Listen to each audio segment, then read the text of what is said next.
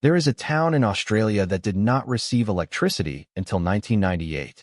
This was not some settlement buried deep in the outback, nor a remote jungle outpost. It was a proper town in the state of Victoria, complete with churches, hotels, and even a railway station.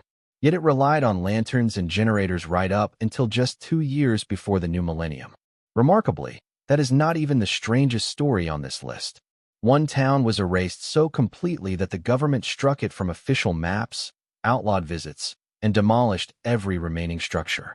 Another was dismantled piece by piece at auction: houses, streetlights, mining equipment, until nothing remained except red dirt and a radioactive lake. These are not relics of the 1800s. They are places where the 20th century arrived with ambition, constructed entire communities, and then quietly retreated, leaving behind streetscapes, classrooms, and full main streets preserved exactly as they stood on the day everyone walked away. Some towns are frozen in the 1870s, others in the 1960s, and one lingers in a version of the future that never came. Sofala, recognized as Australia's oldest surviving gold rush town, rests in a narrow valley along the Turin River in New South Wales. In 1851, approximately 10,000 miners flooded into the valley, chasing alluvial gold. Hotels and shops packed tightly along a single main street. However, alluvial gold lies near the surface, and surface deposits are quickly exhausted. Within only a few years, the easy finds disappeared, and there was nothing substantial left to sustain such a large population in such a confined valley. People left swiftly. What makes Sofala distinct is that no one demolished the buildings and no one redeveloped the town. Its main street today closely resembles a well-known 1947 painting, indicating that it has barely changed in nearly 80 years, and arguably not much since the 1870s. Around 150 residents still call it home. Heritage authorities often describe its streetscape as snap frozen. Walking down Sofala's main street feels like stepping straight into the gold rush era itself, except the gold is gone and the pub remains open. If Sofala still hums with quiet life, the next town embraced its stillness so fully that it advertised it. Carore, founded in 1839, once thrived as a service center nestled in a narrow river valley west of Sydney. Georgian and Victorian architecture lined its streets, with several structures designed by colonial architect James Barnett. Banks, churches, and a courthouse gave it significance. Then new highways and railway lines were routed through the region, and every single one bypassed Carore. Growth shifted toward nearby Blaney. Carore simply stalled. No demolition followed. No modernization reshaped it. What remains today is an almost untouched mid-1800s streetscape, an 1880s courthouse, original shop fronts, and stone churches resting quietly in the valley, as though someone pressed pause 150 years ago. Rather than resist decline, locals leaned into it. A highway sign openly declares it the town that time forgot. Ironically, being bypassed by progress is precisely what preserved it. Preservation through neglect is one thing. Preservation through scientific error is another. In the 1870s, government surveyors established Farina in the South Australian outback, genuinely convinced wheat would flourish there. At the time, a popular theory known as rain follows the plow suggested that cultivating soil would alter the climate itself. Today it sounds absurd. Then, it was accepted science. Families, Afghan cameleers, and pastoralists built a functioning town based on that promise. 2 hotels, a bakery, a bank, breweries, and multiple shops served around 600 residents along the Gone Railway. But the rain never followed the plow. Decade after decade, drought devastated the region. The school closed in 1957, the post office in 1960, and the last store shut its doors in 1967.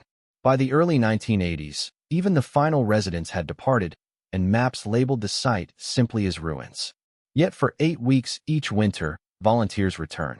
They reopen the old underground bakery and serve fresh bread to gray nomads passing through. Only 2 people live there year-round. For the rest of the year, Farina consists of dust, stone walls, and silence. Then there is Valhalla in Victoria. Gold discovered in 1862 transformed a forested valley in Gippsland into one of the colony's richest mining towns. At its peak, 3,500 residents filled a gorge so steep that some buildings could only be reached by ladder. 10 hotels, 3 breweries, 7 churches, and more than 30 shops crowded the settlement. Over 52 years, Valhalla produced 70 tons of gold. After decades of lobbying, the railway finally arrived in 1910, only for the main mine to close 4 years later. Ironically, the long-awaited railway became a route for evacuation. Many buildings were dismantled and transported away along the very tracks that had just been completed. The population shrank to fewer than 20 people. Then, for decades, almost nothing happened. No redevelopment arrived. No highway connected it. Grid electricity did not reach Valhalla until December 1998, making it the last Victorian town connected to the power network. When the lights finally switched on, they illuminated a place that looked nearly identical to how it had appeared 80 years earlier. Far more isolated is Cook, located on the Trans-Australian Railway along a 478-kilometer dead-straight track, the longest straight railway section in the world. Built in 1917 to service trains crossing the Nullarbor Plain, Cook once housed several hundred residents. It had a hospital, school, swimming pool, and even a golf course, all situated more than 1,000 kilometers from both Adelaide and Perth. When rail operations were privatized in the 1990s, automation replaced workers.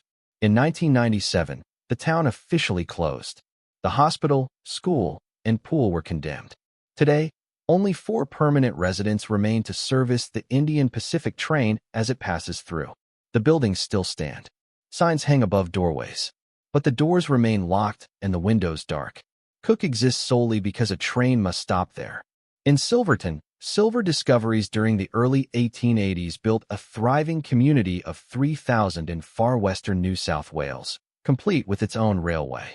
Then richer ore was found nearby at Broken Hill. Residents did not merely relocate. They dismantled their timber houses plank by plank, loaded them onto carts, and physically moved them to Broken Hill. Silverton was hollowed out by opportunity next door. Yet a few surviving buildings, particularly the Silverton Hotel, stood against a dramatic landscape that attracted filmmakers. Mad Max 2 and The Adventures of Priscilla, Queen of the Desert were shot there, followed by numerous commercials and music videos. About 50 people live there today. The town, once gutted, found a second life as a cinematic backdrop. At Joadja, the Australian Kerosene Oil and Mineral Company established a shale oil town in the late 1870s within a steep valley in New South Wales' Southern Highlands. Retort ovens, miners' cottages, a schoolhouse, church, and tramway were constructed. Scottish shale workers were recruited for their expertise. Around 1,300 people once lived there, producing kerosene from shale before petroleum rendered the process obsolete. Cheaper imported oil undercut operations, and by 1911 the company simply walked away. Workers left. Because the valley was so inaccessible, no one returned to salvage or demolish it. Today, visitors can only enter on guided tours.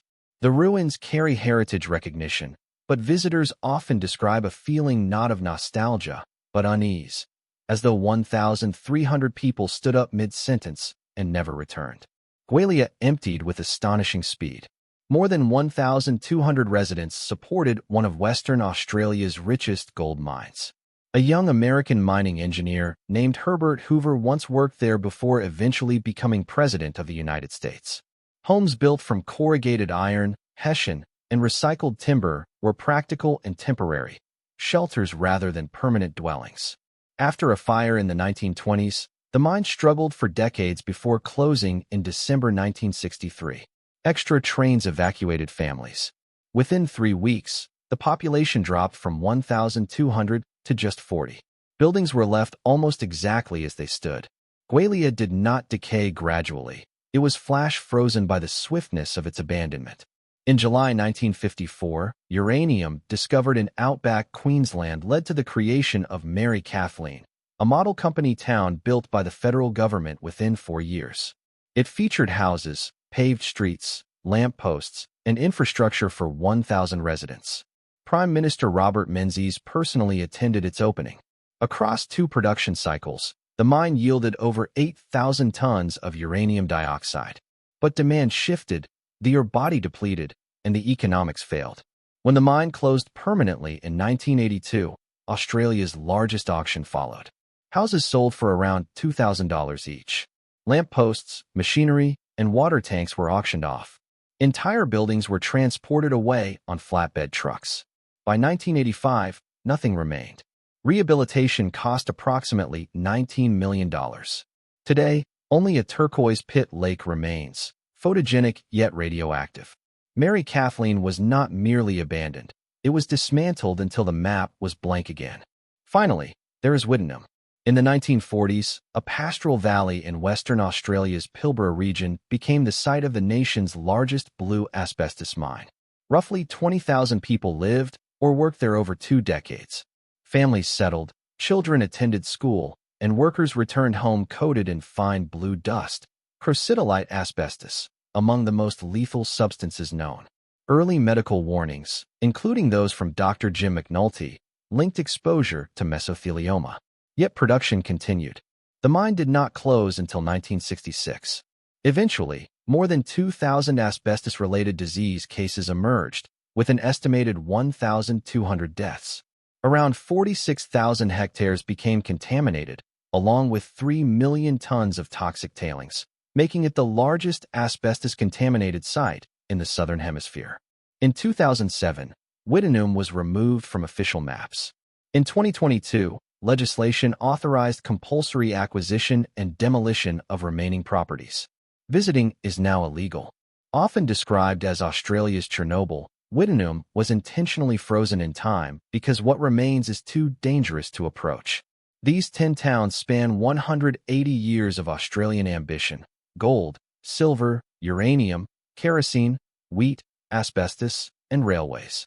Each one was built on a belief that a resource, a route, or even the rain would endure. None did. Yet the towns survived in unexpected ways, preserved by geography, poverty, speed, neglect, or poison. Australia rarely demolishes its failures outright. Instead, it stops visiting them. What remains is not merely ruin, but a collection of unintended time capsules scattered across the continent.